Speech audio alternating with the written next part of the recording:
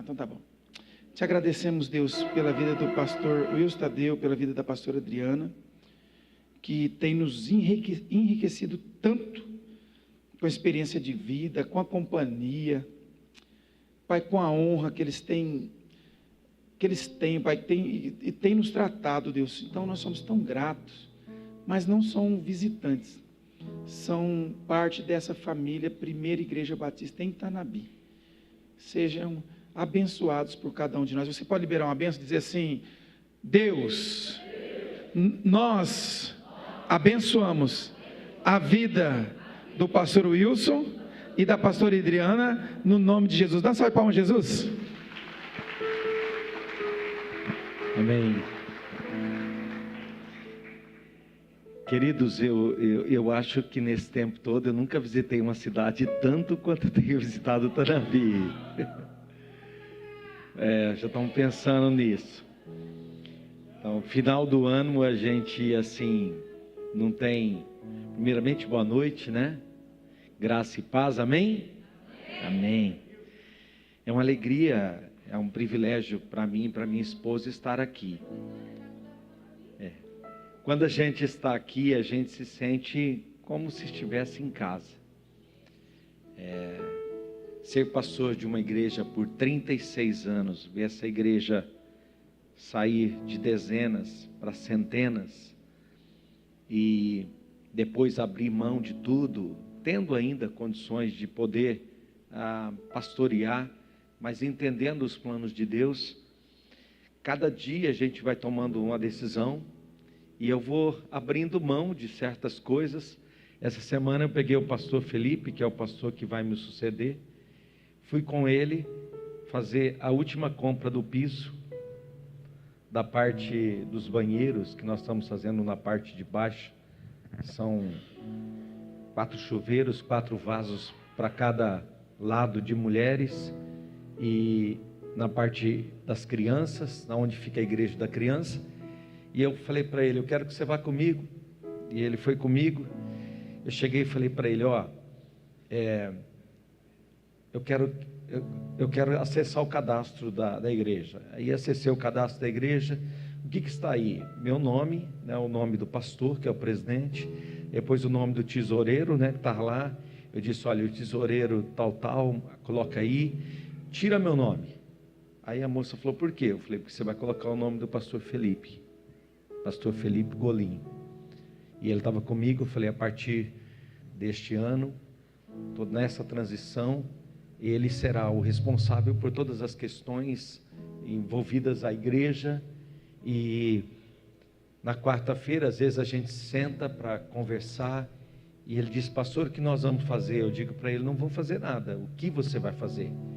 Então, outro dia eu cheguei no escritório, ele está sentado na mesa que era minha, no escritório que era meu, e está tudo bem. E ali ele está desenhando a construção, uma escada grande que nós temos que fazer do piso de cima para o piso de baixo. E eu olhei aquilo e eu me lembrei, pastor Marcos, eu me lembrei de quando eu cheguei lá e eu rabiscava a construção do que ainda não existia, do arquétipo porque todas as construções da igreja eu fazia os rascunhos. Então, isso tem sido assim, de uma maneira tão alegre, festiva, entendendo os processos que Deus vai fazendo na nossa vida. E a gente vai conhecendo outros lugares, a gente vai conhecendo outras famílias, a gente vai se sentindo tão bem aqui. A gente vem a Rio Preto resolver alguma coisa, dá um pulo aqui, passa para tomar um café, volta para casa, vem para cá, aí estica para cá, estica para lá. E a gente, hoje era para eu estar lá na nossa igreja à noite, e aí o pastor Marcos falou: pastor, prega no culto. E eu queria aqui agradecer. O púlpito é uma coisa muito sagrada. Este é um lugar de autoridade, de muita responsabilidade. Aquilo que Deus confia a um homem é, acima de tudo, responsabilidade, mas acima de tudo é uma oportunidade maravilhosa e um privilégio poder receber das mãos de Deus. Então, este púlpito, ou estes púlpitos, foram entregues ao pastor Marcos. Ele é autoridade, no mundo espiritual, ele é autoridade atrás desse púlpito. É aqui que a voz profética, a voz que dita, a voz que mostra, a voz que aponta, através daquilo que os céus ecoam na terra, o que o seu líder faz. E quando a igreja entende isso, a igreja recebe, a igreja celebra e a igreja compartilha. Então, eu louvo a Deus pela oportunidade de estar aqui, de ver o que Deus está fazendo. Às vezes, os nossos olhos não conseguem ver os bastidores. Às vezes a gente olha, vem para um culto, depois de uma chuva de um dia todo, e de tantas coisas acontecendo, né? Desde ontem, tal, a gente não consegue ver, mas no mundo espiritual, algo que Deus já projetou para essa igreja, já está definido. Quem crê nisso? E Deus vai revelar isso aos corações aqui. Deus vai começar a trazer, como Ele trouxe para o pastor Marcos, pastora Rose, Ele vai trazer a essa igreja as visões daquilo que Ele já estabeleceu aqui. Um dia, eu conto algumas coisas para vocês, porque um dia eu cheguei na parte superior do nosso prédio assim, e eu olhei e vi tudo aquilo, e eu comecei a chorar. E eu me lembrei lá, anos e anos antes, quando a igreja era uma igreja que a gente lutava para chegar a 100 membros. Que a gente tinha as lutas, as batalhas. E aí eu olhei e falei: Deus, os meus olhos podem ver aquilo que o Senhor me deu a ver antes mesmo que existisse. Deus nos deu um poder, queridos, de trazer à existência aquilo que ainda não existe, diz o livro de Hebreus. Quando você ora, quando você declara sobre a sua casa aquilo que ainda não existe, você tem o poder de trazer à existência. A sua palavra nos céus é uma palavra criativa, é uma palavra que cria ambientes, e não somente cria ambientes, mas ela cria um movimento na terra, porque os céus não estão estagnados. Diga assim: o céu não está parado. Diga assim: os céus estão em movimento. Diga: a igreja nunca deve ser um monumento, mas a igreja precisa estar em movimento. Quando a igreja se movimenta na terra, os céus se movimentam em direção à igreja. Nessa palavra eu quero que você levante a sua mão para o céu, porque talvez você está esperando um milagre, talvez você está esperando algo, talvez você entrou aqui hoje esperando uma palavra de Deus, talvez você veio aqui nessa noite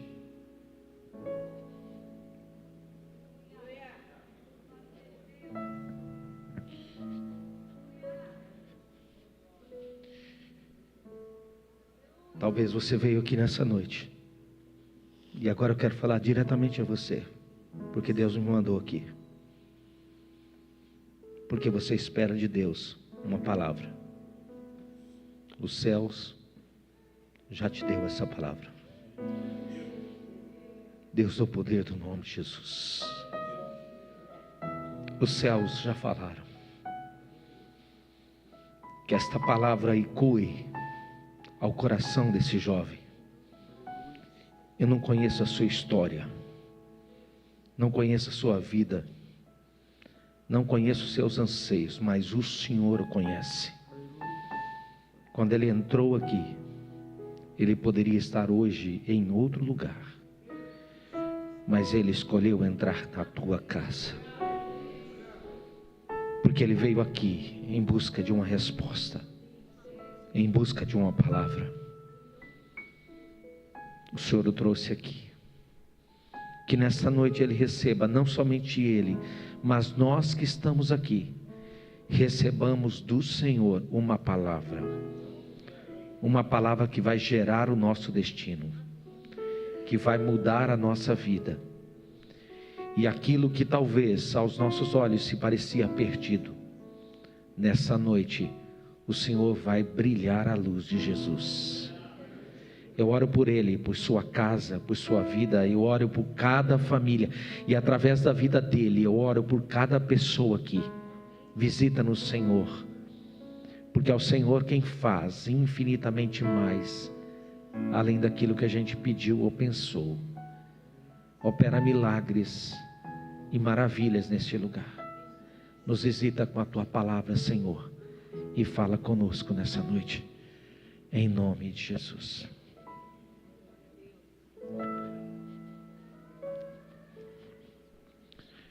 Jesus está chegando a uma terra chamada Gadara. Abra a sua Bíblia, capítulo 5 de Marcos. A palavra de Deus diz que Jesus chega àquela terra, e naquela terra havia apenas um homem que ele queria encontrar.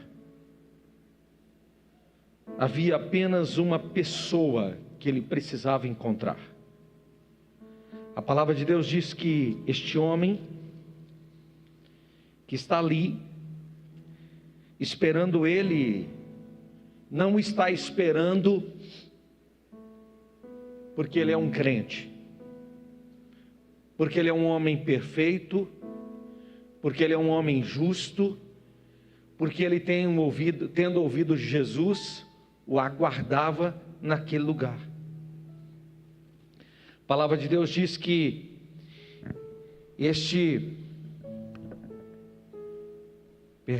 Marcos,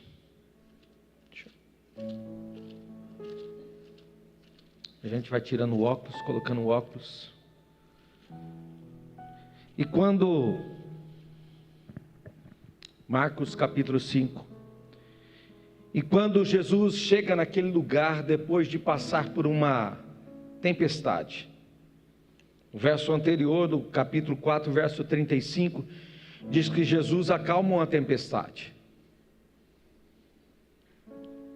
Essa tempestade que se levanta, ela tem um nome,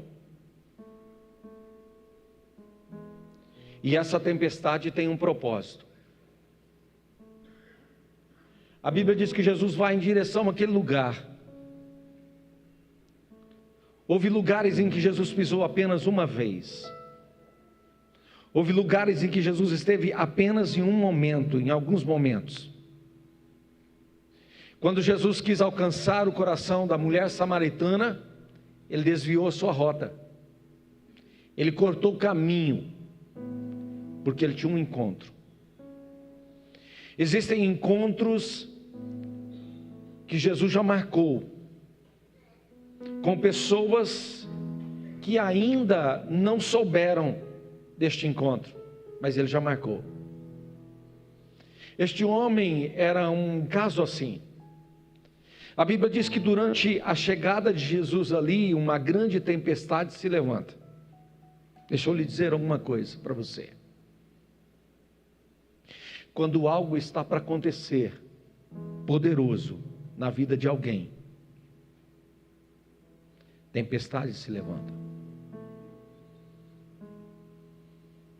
Problemas começam a surgir.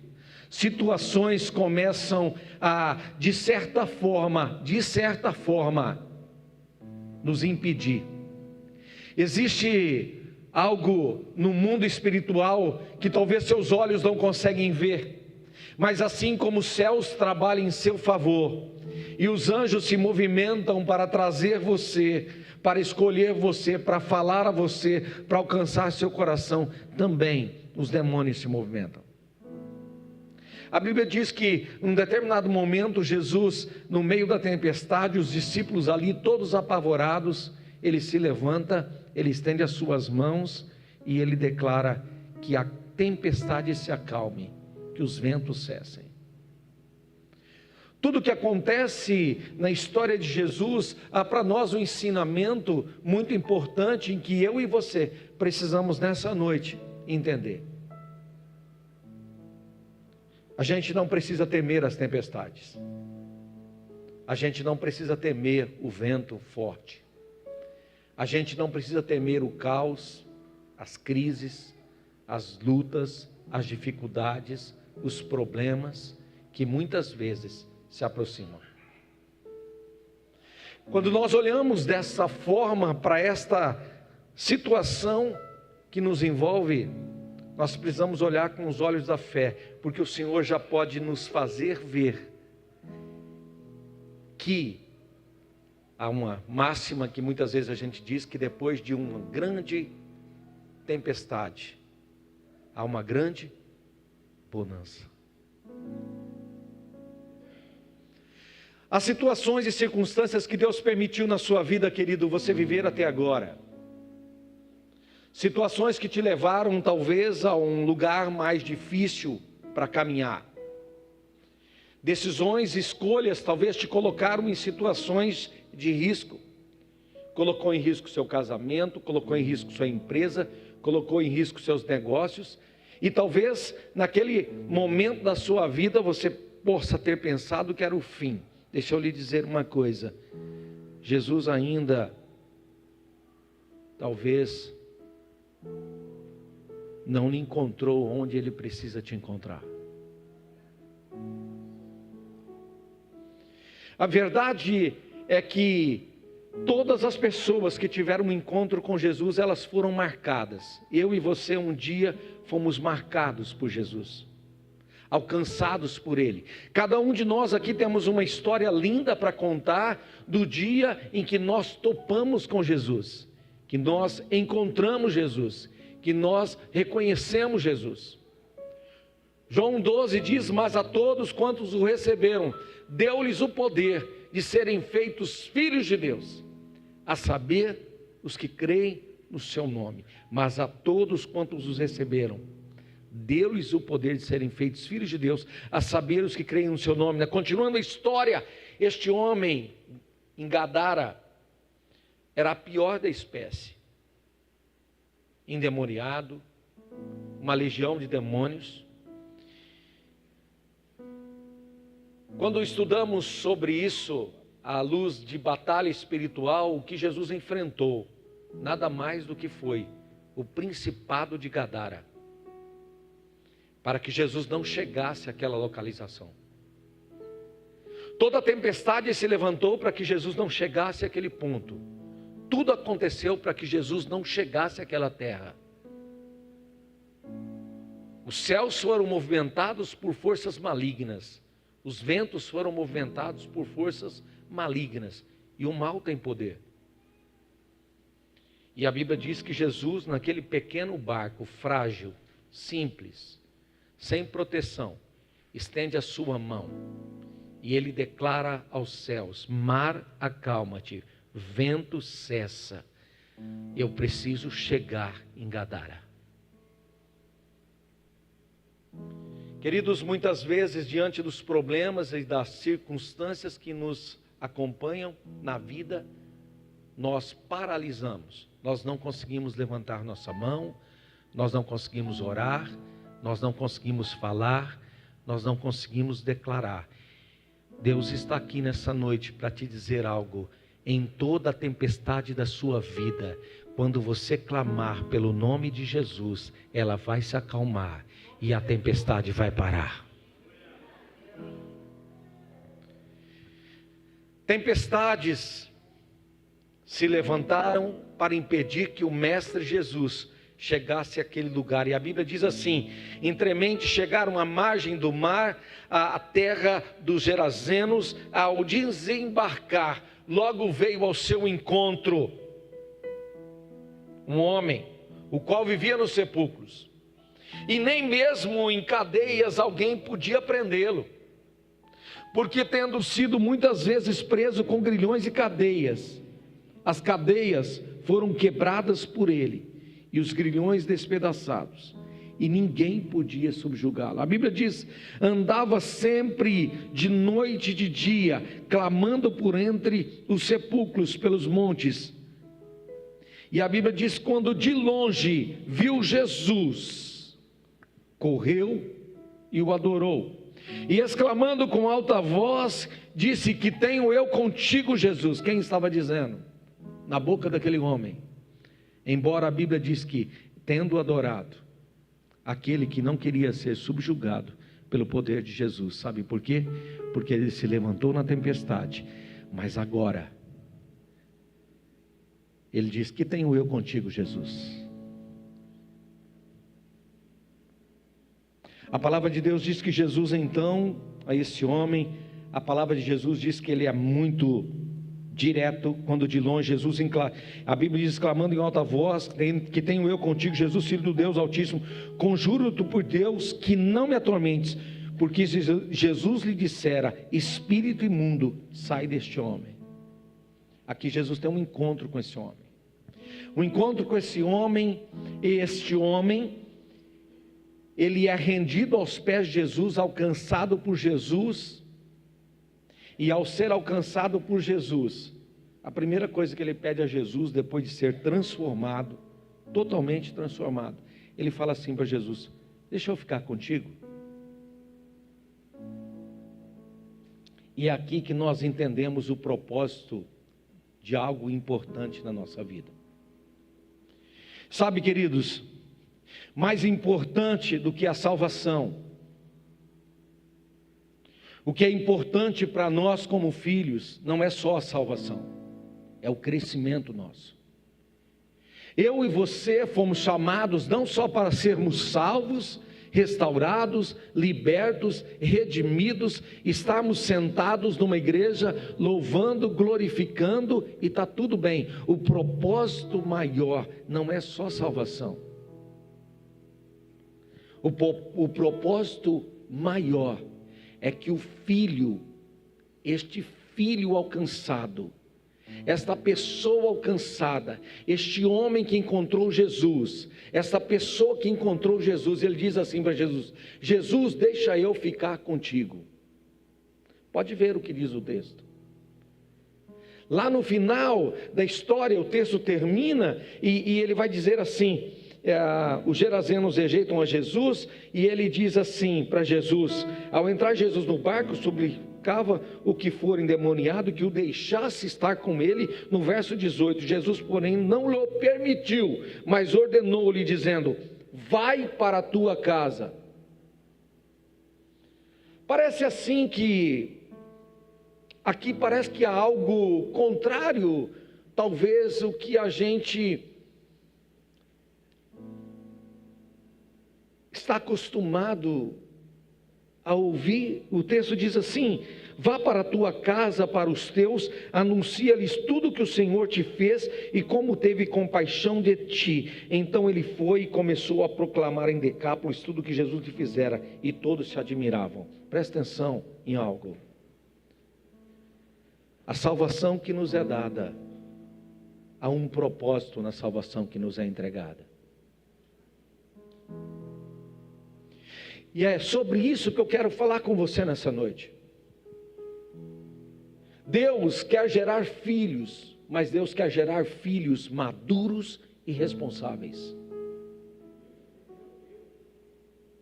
Deus precisa gerar, Ele tem um encontro, Ele salva, Ele liberta, Ele restaura. Há um pedido aqui: eu quero ficar contigo, eu quero ficar aos teus pés, eu quero andar. Quem é que não queria andar com Jesus? Todo mundo.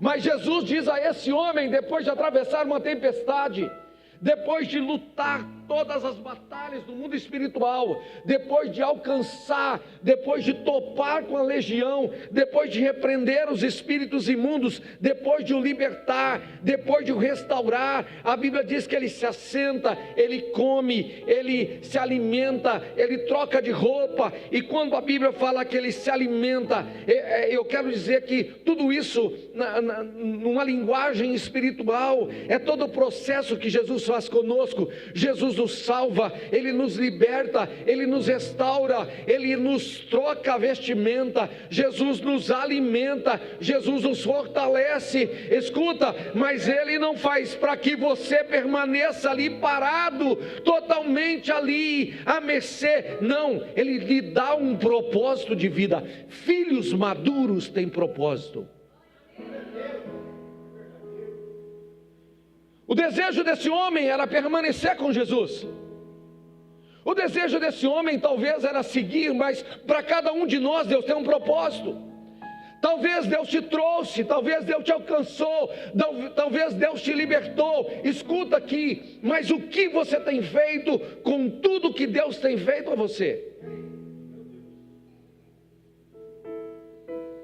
E a Bíblia diz que então este homem, querendo estar com Jesus, Jesus não permite. Parece que Jesus é chato, parece que Jesus não, sabe por quê? Porque os olhos de Jesus, eles são os olhos que dão direção. As palavras de Jesus são palavras que dão direção. Ei, quando Jesus te salvou, Deus te deu direção, Deus te deu propósito. Deus disse assim: você vai voltar para a tua casa, para a tua família, você é o primeiro que eu estou alcançando, e você irá testemunhar e ganhar aqueles outros, porque você será a minha presença naquela casa. Sabe, irmãos, muitas vezes nós estamos recebendo tanto de Deus, entesourando, guardando, e aqui parece que alguma coisa muda. A Bíblia diz que esse homem começa, veja o texto diz isso. A Bíblia diz assim: este homem começa, então ele foi e começou a proclamar em Decápolis tudo o que Jesus lhe fizera, e todos se admiravam. Ei, deixa eu lhe dizer, a forma de Jesus chegar mais perto na tua família é através da tua vida. A forma mais perto de Jesus chegar no teu patrão é você. A forma mais rápida de Jesus chegar naqueles que ainda você espera que sejam alcançados é a sua vida. A sua vida tem um propósito. Deus te deu uma direção, Deus te deu uma direção, Deus te deu um propósito. A Bíblia diz que todos se admiravam. Todos todos se admiravam do testemunho dele. Sabe, queridos, há um texto na palavra de Deus, em 1 Coríntios capítulo 13, versículo 11, que diz assim: deixai as coisas de menino. Hebreus capítulo 6, versículo 1 vai dizer assim: deixando os princípios elementares, prossigamos para a maturidade. Diga maturidade. No grego, há algumas palavras que eu quero explicar para você, do que Deus espera de um filho. No grego nós temos expressões que explicam para a gente a questão do filho.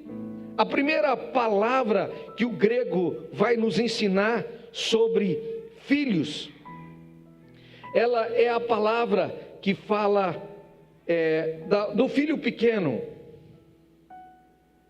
e essa palavra chama teknon. É o filho pequeno, o filho ainda que mama, o filho que toma leite, o filho que acabou de entregar a sua vida a Jesus, o filho que chegou agora, o filho que precisa do leite, o filho que entra na igreja. Sabe, a outra palavra que no grego fala sobre filhos é a palavra teleios. A palavra teleios significa maduro, é o filho maduro. Sabe, é aquele que saiu da esfera de dar trabalho, para o trabalho. É aquele que entendeu o seu propósito, entendeu sua direção, entendeu o que Jesus disse: ei, vai para Decápolis. Decápolis eram 10 cidades. E o endemoniado gadareno, um histórico tão ruim, ele se tornou o maior missionário de 10 cidades. Jesus não pôde ir lá, mas o demoniado estava lá, o ex-endemoniado estava lá. Você entende que a sua história, talvez tão bagunçada de vida, pelas decisões que você fez, vai servir de testemunho poderoso para que o nome de Jesus se torne glorificado e exaltado? Sabe por quê, querido? Deus não desperdiça nada do que você viveu. Deus não desperdiça sua lágrima, Deus não desperdiça seu sofrimento, suas batalhas, suas lutas. Deus não desperdiça nada. E Ele pega tudo isso para convergir para Jesus, para glorificar a Jesus. Sabe, a outra palavra que nós temos para definir o filho chama népios, que significa o filho infante, o filho imaturo. E eu estou aqui no texto que diz assim, mas a todos quantos o receberam, deu-lhes o poder de serem feitos filhos de Deus. Esse termo no grego chamado népios, literalmente é alguém que não fala, é alguém que não se expressa, é alguém que tem dificuldades. Então, resumindo, existe uma outra palavra que chama huios. Diga comigo, huios. Huios é no grego, diga huios. Diga filhos maduros. Diga assim, filhos maduros sabem o que devem fazer. Sabe, Deus quer transformar você não num filho infante, imaturo. Deus quer transformar você num filho maduro. Porque a Bíblia diz que Deus é o nosso Pai. Nós somos seus filhos. Agora pergunta para a pessoa que está do seu lado: que tipo de filho você é para o seu pai? Que tipo de filhos temos sido? Jesus alcança aquele e imediatamente, diga, ele não foi para um seminário, pastor Marcos. O endemoniado gadareno não foi para um seminário. O endemoniado gadareno não foi para uma escola profética. Não, e tudo isso é necessário. O endemoniado gadareno não passou 7 semanas disso, 7 semanas daquilo. O endemoniado gadareno só tinha uma certeza. Qual é a certeza? Ele havia sido salvo, agora ele era filho de Deus e agora ele tinha uma missão. A missão dele não era estar com Jesus, usufruindo de tudo aquilo que Jesus proporcionava, mas Jesus deu para ele uma missão. Olha para a pessoa que está do seu lado e diga assim: Deus também te deu uma missão.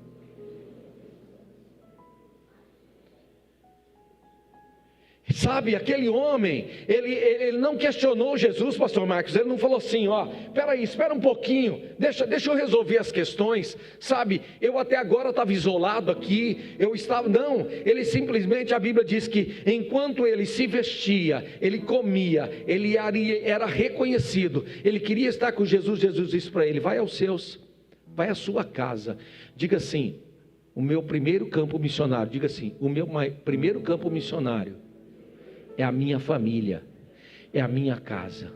Nessa noite nós começamos a falar sobre família aqui nessa noite. Seu primeiro campo missionário.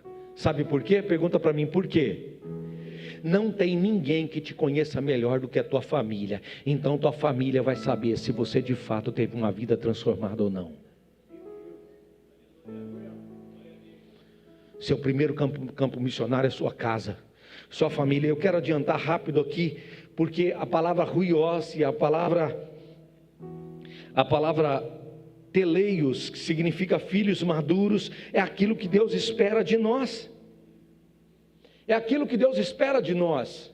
Sabe, irmãos, hoje nós temos muito mais do que tínhamos. Eu posso dizer que em tecnologia nós temos nas mãos uma tecnologia maior do que aquela que o homem diz ter ido à Lua há 50 anos atrás.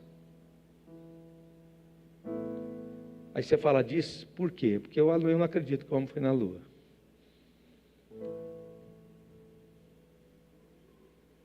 É uma coisa minha.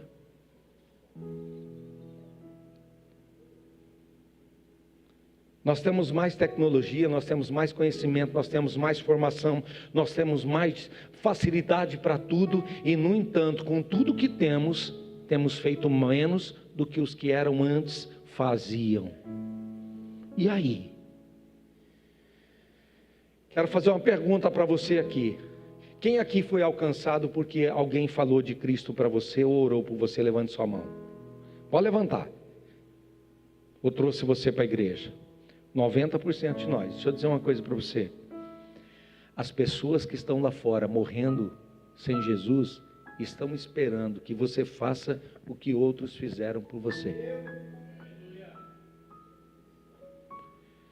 Você pensa que se alguém não tivesse alcançado o teu coração, queridos, alguém tivesse orado por você, alguém tivesse pensado em você, você estaria onde? E Deus te trouxe para se tornar esse filho, sabe? Então diga comigo, o projeto de Deus é filhos maduros. Infelizmente, alguns púlpitos estão formando filhos mimados, pastor. Infelizmente, alguns púlpitos estão formando filhos que se voltam para dentro e não para fora. A igreja, ela tem que ser inclusiva, mas a igreja, na extensão do evangelho, precisa ser extensiva para fora. Sabe, irmãos, temos ouvido muito se falar e aí nós nos voltamos para dentro. E Deus te trouxe aqui nessa noite para dizer o seguinte: ainda dá tempo. Diga para o seu irmão, ainda dá tempo.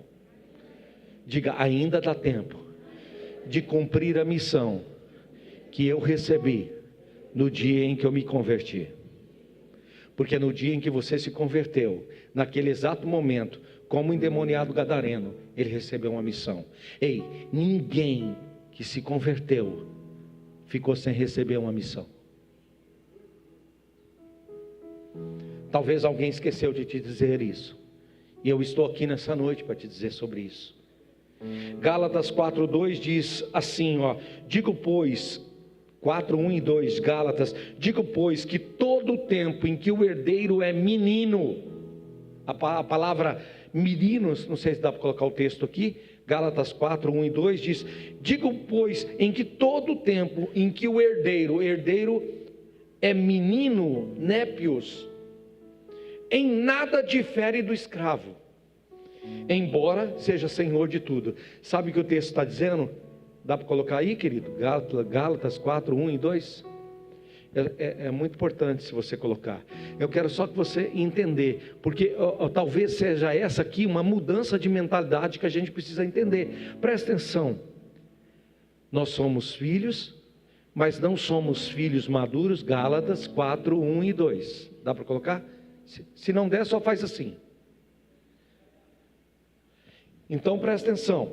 Digo-vos, pois, que todo o tempo que o herdeiro é menino, e o texto está dizendo, em todo o tempo que estes herdeiros são meninos, e a tradução está dizendo assim, são imaturos, em nada eles são diferentes dos escravos, embora sejam herdeiros. Sabe o que está dizendo assim?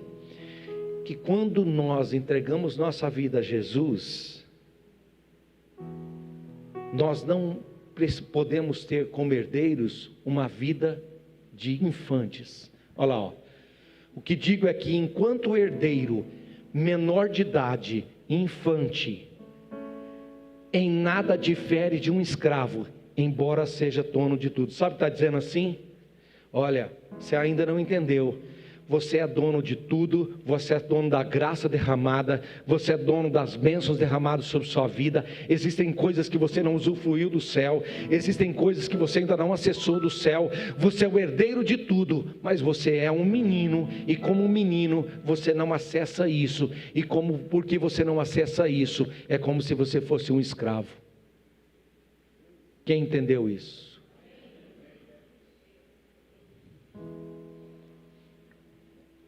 Sabe o que Deus está dizendo para você aqui? Deixe de ser menino. Seja um filho maduro. Seja um homem e uma mulher consciente do seu papel na terra. A sua vida tem um propósito, a sua existência tem um propósito. Olha, o texto vai dizer que um imaturo, ele pode ter promessa, mas ele não tem acesso à promessa, pastor Marcos. Tem tudo que os céus preparou para ele, mas ele não tem acesso, porque ele é népios, ele não é ruiós, ele não é teleios. Deus trouxe você aqui para mudar a tua mentalidade. Sabe por quê?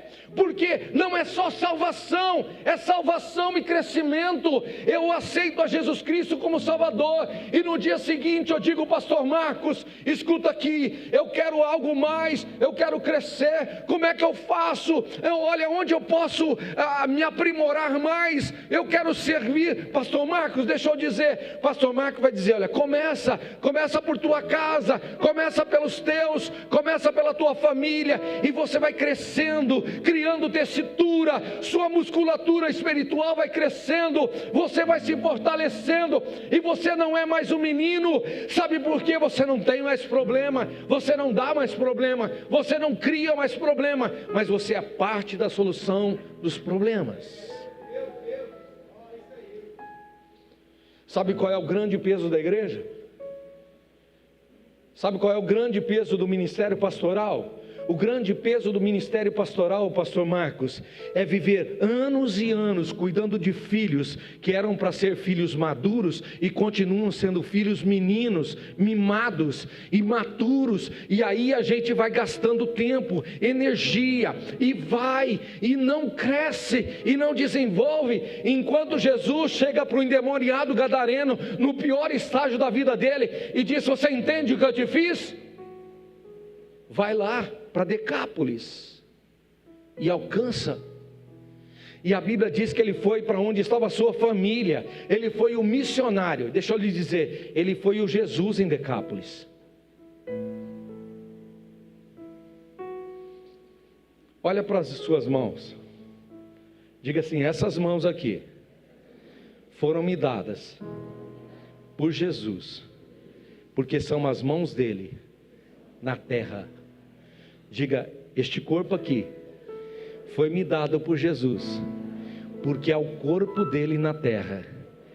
Diga assim: Jesus está aqui em mim, para que eu represente ele onde eu estiver. Você é o corpo de Jesus na terra. Por isso a igreja é chamada de corpo de Cristo. E eu já vou terminar. Eu só queria compartilhar com vocês sobre isso. Deus trouxe você aqui para mudar a sua mentalidade. Mentalidade de menino, infante, imaturo, numa mentalidade de um... Apóstolo Paulo vai dizer assim em 1 Coríntios 13: quando eu era menino, falava como menino, pensava como menino. Quando cheguei a ser homem, desisti das coisas de menino. Eu quero que você fique de pé.